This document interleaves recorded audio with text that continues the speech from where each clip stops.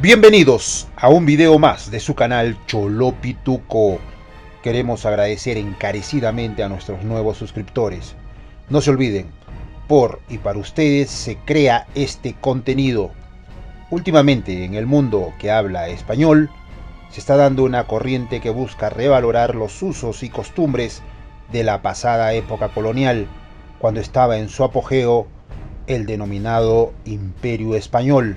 Este movimiento cultural se está dando con distintos matices en España y desde México hasta Chile. Aunque mayormente difuso en su existencia, el Imperio Español en su mayor apogeo llegó a poseer una extensión de entre 20 y 31 millones de kilómetros cuadrados. Este enorme imperio desapareció mayormente y por muchas causas a comienzos del siglo XIX. De él, en esta extensa región, en un proceso de independencia que balcanizaría estos territorios, surgirán una serie de repúblicas que van desde México hasta Chile y que hoy, en el concierto mundial, su presencia es ínfima debido a una inercia y aquiescencia con el garrote y el juego de las grandes potencias. En ese contexto, el extenso territorio latinoamericano se va pareciendo más a esa Antártida habitada por numerosos y simpáticos pingüinos. Es decir, en esta realidad, este grupo de países son tan débiles y vulnerables que dan la impresión que existirían en los mapas geográficos debido a que el control de estas comarcas lo ejercerían distintos poderes exógenos que influirían tanto sobre ellos al extremo de sobrepasarlos completamente. Si no, veamos lo que actualmente está ocurriendo con Elon Musk y su empresa, mostrando tal poder casi equiparándose al de un Estado-nación que por cuestiones de la red social X se encuentra enfrentado a Brasil, el país lusoparlante que además es el más extenso, industrializado, poblado y poderoso de Sudamérica. Pero regresando a lo que conocemos como el antiguo Imperio Español, como ya indicamos, este se esfumó con la capitulación que se firmó en las Pampas de Ayacucho en 1824, hace ya 200 años. Aunque España aún conservó por algunas décadas más los restos de su anterior dilatado imperio, sus rezagos, Filipinas, Cuba, Puerto Rico y Guam, los terminó de perder completamente en la guerra que sostuvo con los Estados Unidos en 1898. El pasado poder global del Imperio Español fue reemplazado por el Imperio Británico. De acuerdo a esto, si el Imperio Español tuvo algún verdugo, este definitivamente hablaba inglés. Pero ¿por qué cayó este antiguo, poderoso y extenso Imperio Español?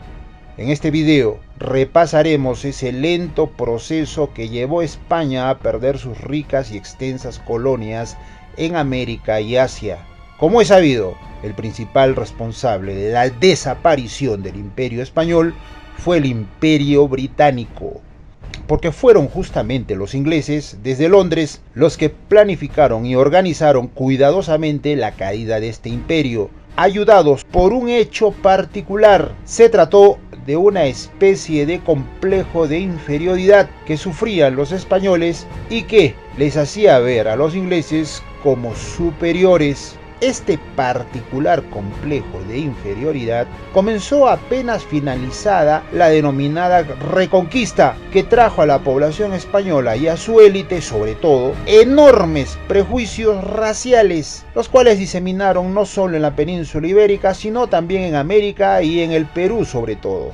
Alguna vez los biógrafos de Diego de Almagro y Francisco Pizarro mencionaron que ambos sentían cierta animadversión de llevar sangre mora, o sea, genes magrebíes o árabes. Desde la batalla de Guadalete en el año del 711 de nuestra era, el territorio que hoy conocemos como España fue ocupado durante 8 siglos por tropas originarias del norte de África. Decenas de miles de árabes y bereberes, así como negros del norte de África, se hicieron de toda esa población germana que habitaba la entonces Hispania visigoda.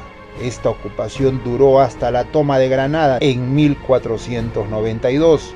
Después de este suceso, España se encontró con una realidad. Los 800 años de ocupación árabe y norteafricana habían cambiado los rostros de sus pobladores, producto de mezclarse con esos pueblos, diferenciándolos así y marcadamente con los vecinos pobladores del norte europeo. Desde esos siglos, el mayor deseo de esa población y sus élites era dejar ese pasado moro para buscar los rasgos germánicos de ojos y cabellos más claros, como la población que habitaban detrás de los Pirineos, el norte de Europa y las otras orillas del mar Cantábrico, como las Islas Británicas. Ese tema étnico derivó en un complejo de inferioridad de los españoles frente a los anglosajones y de los habitantes del norte de Europa, a los cuales miraría como modelo, facilitándoles a los británicos en los siglos XVIII y XIX la caída de ese imperio español a favor del inglés. Durante los siglos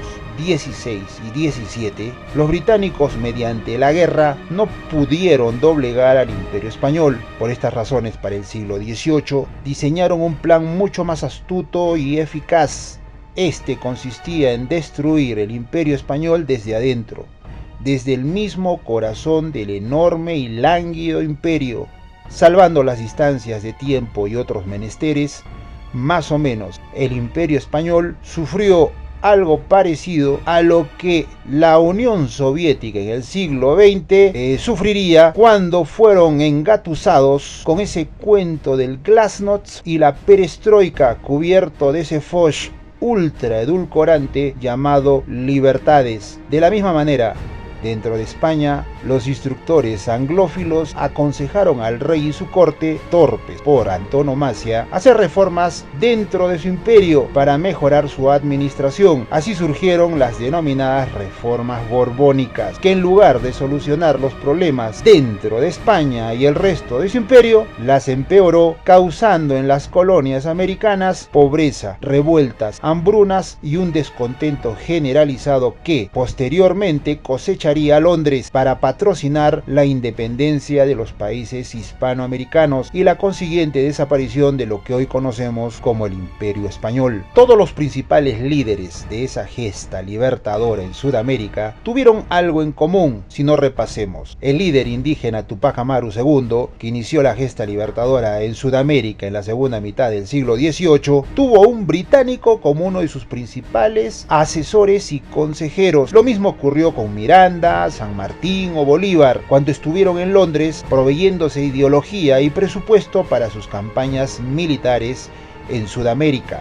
Esta misma asesoría británica, con un guión cargado de reformas liberales y libertarias, también lo tuvieron y creyeron ciegamente en ella los distintos funcionarios y asesores que rodeaban a los monarcas que gobernaron el Imperio Español durante los años de su desaparición. Los incas fueron destruidos desde el primer momento que cándidamente se dejaron convencer con las doctrinas que trajeron los españoles. De igual forma, unos siglos después, los torpes monarcas españoles fueron convencidos por sus asesores con la perorata modernizadora del Albión, lo cual, sin pensarlo, desencadenaría la destrucción del mismo Imperio Español. Quien a hierro mata, a hierro muere, dice la historia. Hoy, en los libros de historia, se obvia o disimula al no mencionar directamente a los británicos como el principal factor destructor del pasado Imperio Español. Una de esas posibles razones sea porque aún el Reino Unido sigue teniendo una enorme influencia económica y política sobre los países que en el pasado sus territorios formaron parte de uno de los imperios más extensos que haya existido sobre el planeta, el Imperio Español. ¿O ustedes qué opinan? Les leo en sus comentarios. Y si te interesó este video, hazle me gusta y suscríbete. Nos vemos.